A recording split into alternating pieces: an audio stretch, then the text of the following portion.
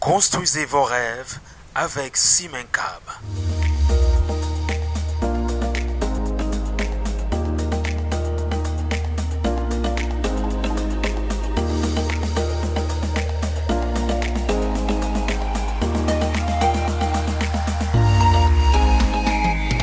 Salut et bienvenue dans votre magazine TV My House consacré à l'habitat dont voici le sommaire.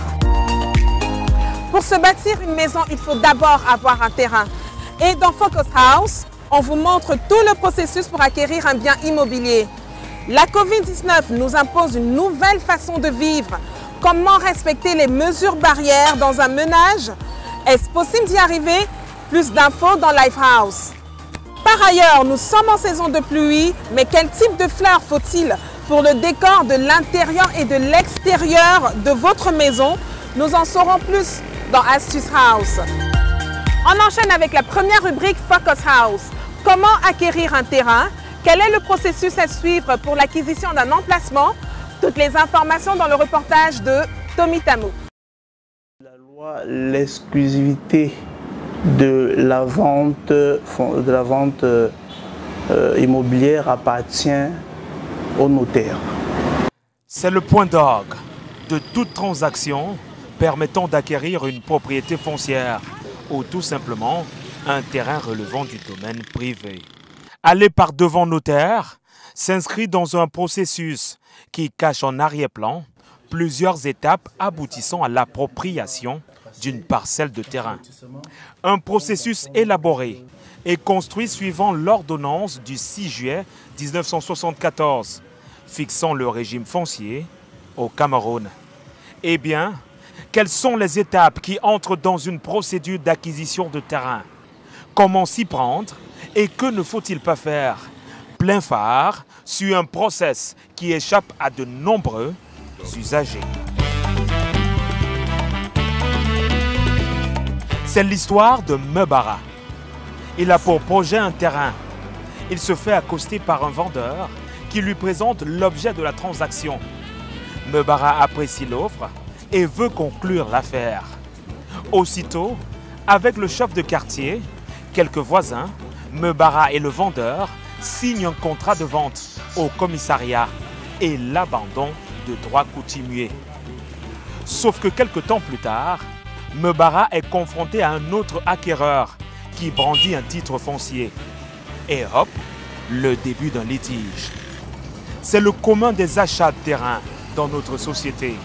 Des ventes ne respectant aucune règle et aucune norme en vigueur.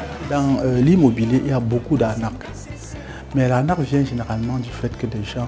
C'est-à-dire, il n'y a pas que des victimes qui soient effectivement victimes. Ils se laissent généralement escroquer parce qu'ils veulent escalader. Ils ne veulent pas respecter les procédures. Ils courent après les opportunités, mettant de côté les procédures et à la fin, ça les rattrape. Avoir l'initiative d'acquérir un terrain, c'est la marque du départ. Face à un vendeur, il est conseillé de demander la copie du titre foncier. Ici, l'objectif est à deux niveaux. Primo, avoir la certitude de l'authenticité de ce document.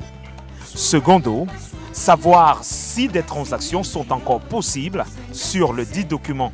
Vous avez deux possibilités, soit faire recours directement à un notaire ou alors aller au niveau des services du cadastre pour qu'on puisse vous délivrer un certificat de propriété. Vous venez ici au niveau du cadastre, vous demandez ce qu'on appelle un certificat de propriété. Ce certificat de propriété, c'est en réalité un conservateur qui vous le délivre, qui vous donne toutes les charges qui sont sur le terrain. Alors, l'intervention du notaire consiste dans un premier temps à vérifier la disponibilité.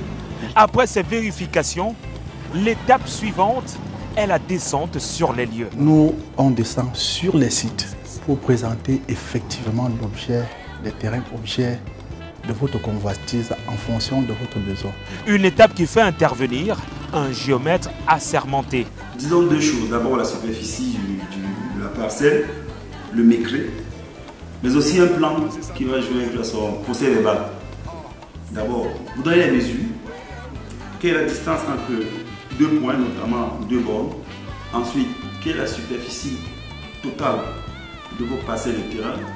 Et enfin, vous faire dresser un plan à cet effet. Les coordonnées géographiques recueillies par le géomètre seront ensuite validés par la délégation en charge des cadastres. Un processus qui conduit à l'établissement du dossier technique. Il faut toujours faire délimiter sa superficie par des bornes pour éviter des litiges, des empiètements ou confusion sur votre terrain. Et ceci dans les règles de l'art. Ce n'est pas le journée qui borne le terrain.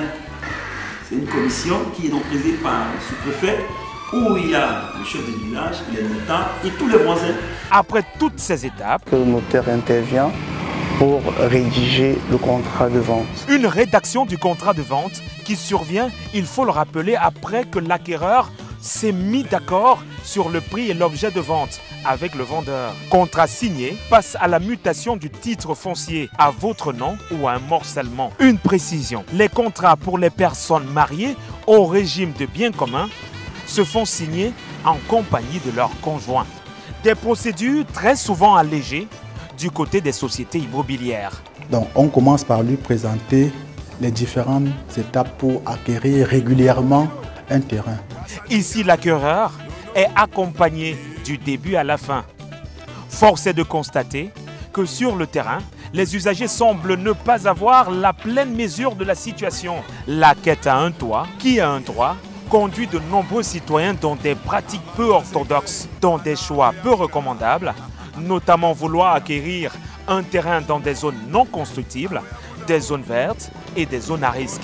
Dans l'acquisition d'un terrain, hormis la procédure, le lieu où se trouve l'espace est à prendre en compte. Par ailleurs, il est judiciable pour l'acquisition d'un terrain dans un domaine national, entendez par là les terres libres de toute occupation et ceux des terrains d'habitation n'ayant pas de titre foncier, de se rapprocher du cadastre ou alors procéder par cette alternative. Soit faire une promesse de vente ou un protocole d'accord. C'est-à-dire on peut faire un protocole d'accord et on immatricule en son nom et ensuite on mute. L'acquisition d'un terrain par voie légale peut comporter des procédures contraignantes, mais elles constituent les arguments nécessaires pouvant défendre vos droits en cas de litige.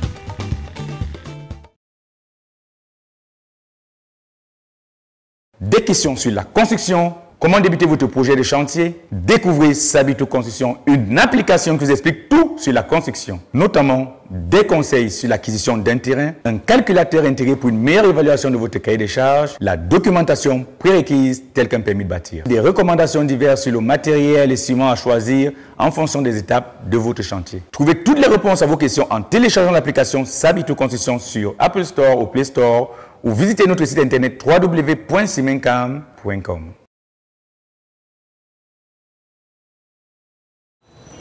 La pandémie à coronavirus fait de nombreux ravages dans le monde entier et les recommandations de l'OMS sont très claires, à savoir la distanciation sociale, le port de masque obligatoire, le lavage de mains. Alors avec toutes ces mesures barrières, est-ce possible de faire barrage au coronavirus, de respecter la distanciation sociale dans nos différents ménages, dans nos foyers? Élément de réponse dans ce reportage. Il est 20h30. Cyril Noukomen est de retour chez lui. Dès son entrée, c'est de la main qui passe le bonsoir. Aucun stop, direction les toilettes. Bon, l'effort que je fais, c'est d'abord déjà de ne pas de saluer les enfants juste avec la main comme ça, coucou. Et je m'en vais direct soit aux toilettes, soit à la cuisine pour me laver les mains. Après, je me change. Après ça, maintenant que les accolades commencent. Un rituel qui dure depuis près de 3 mois, imposé par la pandémie de la Covid-19.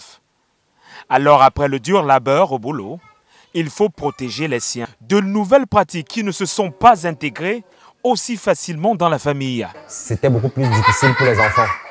Parce que dès que vous ancrez, les enfants direct, bon, les mamans a dû le discipliner par rapport à ça et moi-même. Parce que moi, quand j'entrais, j'avais tout de suite envie de les embrasser, mais avec le temps.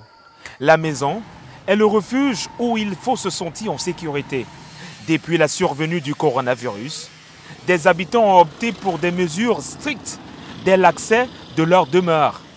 Alors, pas étonnant de voir dès l'entrée de certaines maisons des seaux d'eau et du savon, ou alors des gels désinfectants. Les véritables mesures barrières c'est à l'entrée de la maison. Avant d'entrer à la maison, vous vous mettez au propre. Et puis le reste, vous essayez, autant que faire se peut, garder une certaine distance, c'est tout. Certains sont allés un peu plus loin avec des restrictions de visite.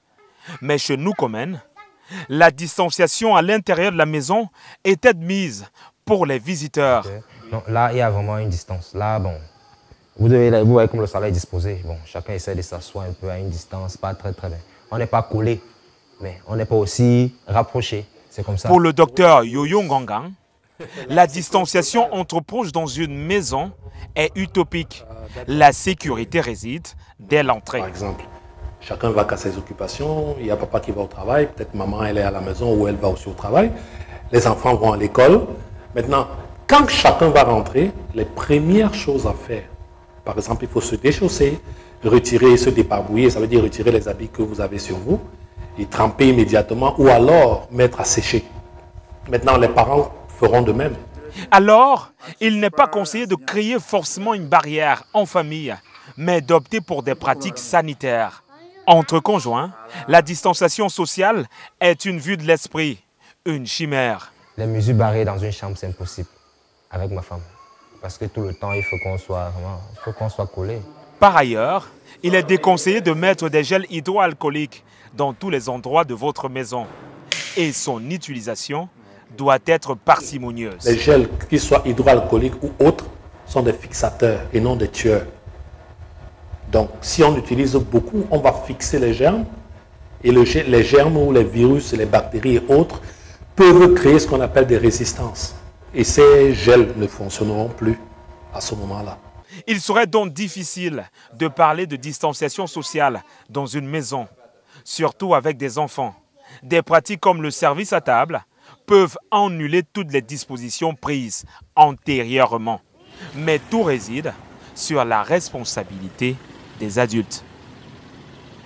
La saison des pluies s'impose à nous, mais c'est aussi une saison favorable à l'éclosion des fleurs et aussi à un changement de déco de votre maison. Alors, quel type de fleurs pour votre demeure? Priscille nous en dit mieux. La saison des pluies n'annonce pas que les temps moroses. Et on a celles qui profitent pour se faire une beauté. C'est le cas des plantes. Nous allons vous dire qu'est-ce qu'il faut mettre chez vous et pourquoi ne pas mettre certaines plantes à la maison. Suivez-moi. Nous allons en direction de notre jardinier qui s'appelle Hippolyte. Regardez comment les fleurs sont verdoyantes. Soyez les bienvenus. Oui. Bonsoir. Alors Hippolyte, je connais tout l'entretien que tu mets pour que tes fleurs soient belles. Seulement nous entrons en pleine saison pluvieuse et je sais que l'eau favorise aussi la belle poussée. Alors peux-tu nous dire qu'est-ce qu'on peut mettre à l'intérieur d'une maison et qu'est-ce qu'il ne faut pas mettre? La saison des pluies, presque toutes les plantes évoluent normalement en saison des pluies. Mais le choix maintenant, c'est de savoir où est-ce que je vais mettre cette plante, à l'intérieur ou à l'extérieur. Toutes les plantes aiment la saison des pluies, surtout les plantes tropicaux. Mais il faut savoir si telle plante, je vais mettre à l'extérieur ou bien à l'intérieur. Et quelles sont les conditions dans lesquelles la plante peut évoluer normalement. Si tu fais un mauvais choix, une plante qui aime le soleil, tu peux placer ça à l'intérieur par exemple, ou bien à l'ombre. La plante n'aura pas les possibilités de s'épanouir normalement comme ça se doit. Mais il y a certaines plantes qui sont comme les isoras, les euphorbiacées en général, les épines du Christ par exemple. Ce sont les plantes qui aiment vraiment le soleil. Il est bon de les placer à l'extérieur, sous le soleil, pour que leur évolution soit nette. Bon. Les plantes qui veulent rester à l'intérieur, comme les aglaonema, ils sont bien aussi à l'intérieur. Les plantes comme les diplomaquias sont les plantes qui sont bien aussi à l'intérieur. Mais il faut savoir s'il y a les grandes personnes là. Parce que les diplomaquias en général ne sont pas des bonnes plantes pour les endroits où il y a les petits-enfants. Parce que c'est toxique. Mais pourtant, la saison est bonne. C'est des plantes qui aiment beaucoup la saison des pluies, quand il fait frais. Et ça mène long à l'intérieur. Si quelqu'un voit par exemple les aglaonema, il confond avec le diplomaquia et il refuse de mettre l'aglaonema à l'intérieur. Or, les aglaonema sont bien à l'intérieur pour que les enfants puissent être là, mais ça ne les dérange pas. Mais par contre, les diplomaquia, c'est le contraire. Quand un enfant enlève les feuilles, il met dans la bouche, ça lui crée les dommages. C'est toxique. J'aimerais aussi savoir, est-ce que l'aération d'une maison peut favoriser un type de plante précis? Oui, la fraîcheur d'une maison, ça joue beaucoup sur certaines plantes. La fraîcheur intérieure qui est là, en cette saison-ci, il faut savoir, comme le climat est frais, comment je peux entretenir cette plante maintenant pour que la durée de vie soit longue. Si la plante, à cause de la saison qui est déjà fraîche, tu ajoutes encore beaucoup d'eau, donc les conditions climatiques jouent beaucoup sur cette plante, ça peut se crever dans un bref délai. Mais il faut arroser les plantes. Plus il fait frais, il faut diminuer l'arrosage intérieur. Merci Hippolyte pour ta brillante intervention. J'espère te retrouver bientôt pour de nouvelles explications. Bonne fin de semaine. À bientôt. My House, première édition, stop et fin. À la prochaine production pour de nouvelles informations sur l'univers de l'habitat. Ce programme vous a été proposé par Simencab.